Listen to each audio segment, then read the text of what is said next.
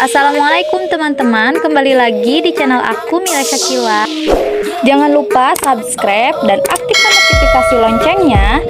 Yang sudah subscribe, semoga rezekinya lancar dan sehat selalu. Assalamualaikum warahmatullahi wabarakatuh. Kembali lagi di channel aku Mila Syakila. Nah, di video kali ini aku mau berbagi informasi ya mengenai tentang apa sih kelebihan dan kekurangan bisnis dropship ya teman-teman. Nah, yang perlu kamu ketahui ya teman-teman. Jadi bagi sebagian orang ya, bisnis dropship itu adalah primadona untuk memulai bisnis ya.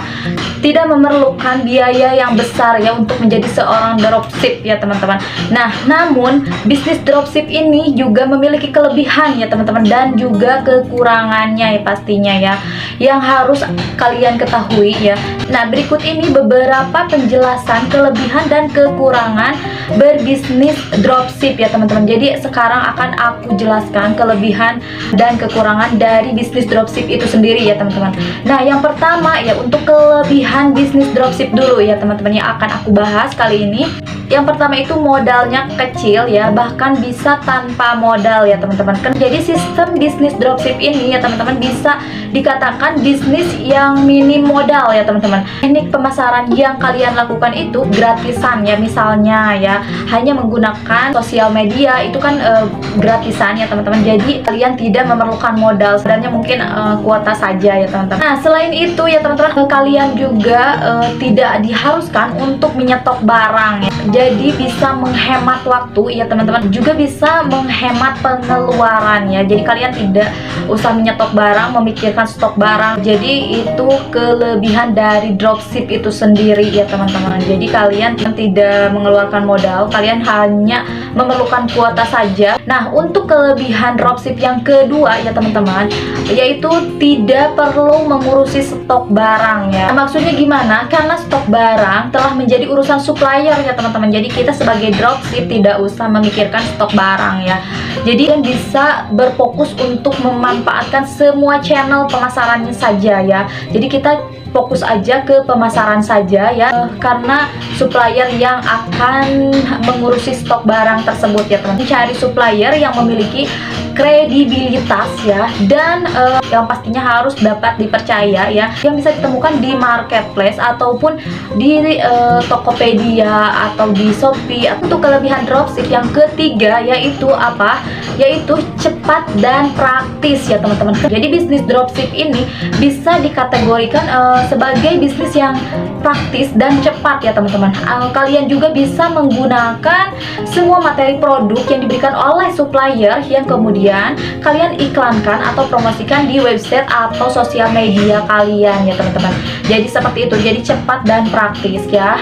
Ngambil foto produknya yang ada di supplier, lalu kita paste deskripsinya ya teman-teman. Jadi kita tinggal iklankan saja, diiklankan dan promosikan saja di sosial media kita ya teman-teman. Nah, seperti itu. Dan untuk kelebihan yang keempat ya teman-teman, untuk kelebihan dropship yang keempat yaitu low risk ya. Apa itu low risk? Nah, dengan berbisnis dropship, resikonya itu dapat dianalisir, terutama jika kalian itu ingin memvalidasi pasar, apakah merupakan pasar yang potensial atau tidak ya teman-teman. Jadi kalian bisa dicek dulu ya teman-teman, atau di Tokopedia mana sih barang yang jualannya bagus, atau kalian bisa cek dulu ya teman-teman. Nah, kalian yang ambil produknya itu dari supplier itu yang rame ya teman-teman. Nah, seperti itu. Nah, untuk kelebihan yang kelima ya teman-teman, apa itu kelebihan yang kelima? Yaitu fleksibel. Yang dimaksudkan dengan fleksibel di sini ya teman-teman, jadi dropship ini bisa menjalankan bisnisnya itu di mana saja atau dimanapun ya teman-teman, dan kapanpun ya teman-teman. Meskipun kalian sedang jalan-jalan atau kalian sedang bekerja, untuk yang jadi dropship itu bisa dilakukan di mana saja ya teman-teman. Bisa kalian itu dari rumah, atau bisa sambil di kafe, atau kalian bisa anak sekolahan bisa sambil sekolah, atau anak kuliahan bisa sambil kuliah ya teman-teman, atau kalian lagi jalan-jalan atau gimana pun kalian bisa berjualan ya teman-teman, karena yang mengirim barang itu supplier ya teman-teman. Jadi kita tinggal share lalu tinggal promosikan aja, lalu iklankan gitu ya. Nanti kalau ada yang order, kita mendapatkan cuan dan kita belanja ke supplier kita ya teman-teman, dan supplier kita yang akan mempacking barangnya dan mengirim barangnya dengan selamat ya teman-teman. Nah, seperti itu. Yang juga harus tahu juga untuk kekurangannya. Nah, untuk kekurangan bisnis dropship ya, jadi kalian juga harus tahu setiap bisnis itu pasti ya teman-teman ada kekurangan dan kelebihannya. Kekurangan dropship itu yang pertama ya, keuntungan relatif kecil. Kalau kita bisa menggolongkannya, bisa mendapatkan dari hasil yang kecil menjadi yang besar ya teman-teman. Nah, seperti itu. Untuk kekurangan yang kedua yaitu sedikit sulit menjual barang yang tidak dipegang ya teman-teman. Contohnya kan kita tidak pernah lihat nih produk yang dari supplier itu ya teman-teman. Kita tidak pernah pegang barangnya itu bagus atau tidak, kainnya kayak gimana, itu kita tidak tahu ya teman-teman. Nah, itu kekurangan dari dropship ya. Nah, jadi untuk stok barang yang dipegang oleh suppliernya, produk yang dipegang oleh supplier itu, kita itu tidak mengetahui kondisi dan kualitas dari produk yang kita jual ya teman-teman, karena kita tidak pernah pegang produknya itu ya teman-teman. Dan untuk membangun kepercayaan antara kita dan supplier itu benar-benar harus dilakukan sejak awal ya, untuk menghindari komplain yang akan kita terima dari pembeli atau pelanggan ya teman-teman. Nah, untuk kekurangan yang ketiga yaitu resiko komplain yang tinggi ya teman-teman. Jadi banyak banget yang akan komplain ke kalian ya kalau produknya itu cacat atau produknya itu tidak sesuai dengan gambar ya. Maka kita sebelum nyari supplier itu kita harus benar-benar cek dulu ya.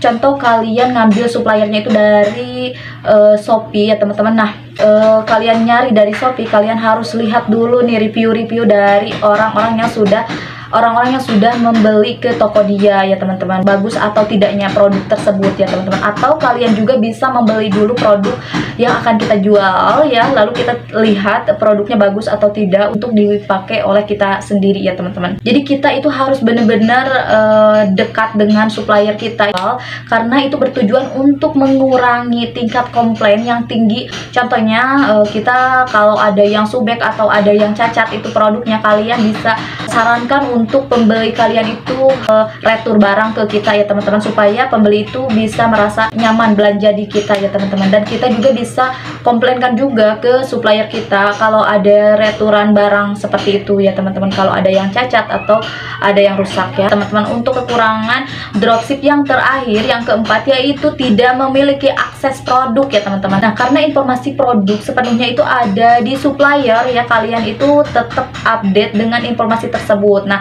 diperlukan sistem manajemen yang baik atau menantau semua stok yang ada di supplier. Jadi kalian itu harus benar-benar selalu cek ya di supplier itu, satu hari itu berapa kali ya cek stok yang ada di supplier ya. Kenapa harus cek stok yang ada di supplier? Karena biasanya itu supplier juga, kalau supplier kita ada di Shopee ya teman-teman, dia itu menyimpan stoknya itu 100 ya teman-teman, 100 piece. Nah, bisa saja siang atau sore habis ya teman-teman. Nah, kalian harus benar-benar selalu lihat stok barangnya ya teman-teman, supaya nanti kalau ada yang order di kalian itu, kalian tidak usah batalkan pesanan ke pembelinya ya teman-teman. Nah, seperti itu ya. Jadi itu ya kelebihan dan kekurangan dropship itu sendiri ya. Jadi untuk pemula yang mau terjun ke bisnis dropship ini, kalian harus tahu dulu ya kelebihan dan kekurangan dropship itu ya. Setelah kalian tahu kekurangan dan kelebihan dropship itu sendiri ya teman-teman, jadi kalian sudah bisa meminimalisir permasalahan-permasalahan yang akan terjadi ke kalian ya, masalah-masalah yang akan terjadi ke kalian sebagai dropship ya teman-teman. Jadi seperti itu. Mungkin dicukupkan sekian tutorial dari aku kali ini. Semoga video ini bisa bermanfaat. Jika ada yang mungkin tidak dimengerti ya teman-teman, kalian bisa tanyakan di kolom komentar ya teman-teman. Insya Allah akan aku balas. Assalamualaikum warahmatullahi wabarakatuh. Bye bye. Terima kasih sudah menonton video aku sampai selesai. Dan untuk kalian jangan lupa like, komen, dan subscribe Mira Shakila. Bagi yang sudah subscribe, semoga rezekinya lancar dan sehat selalu.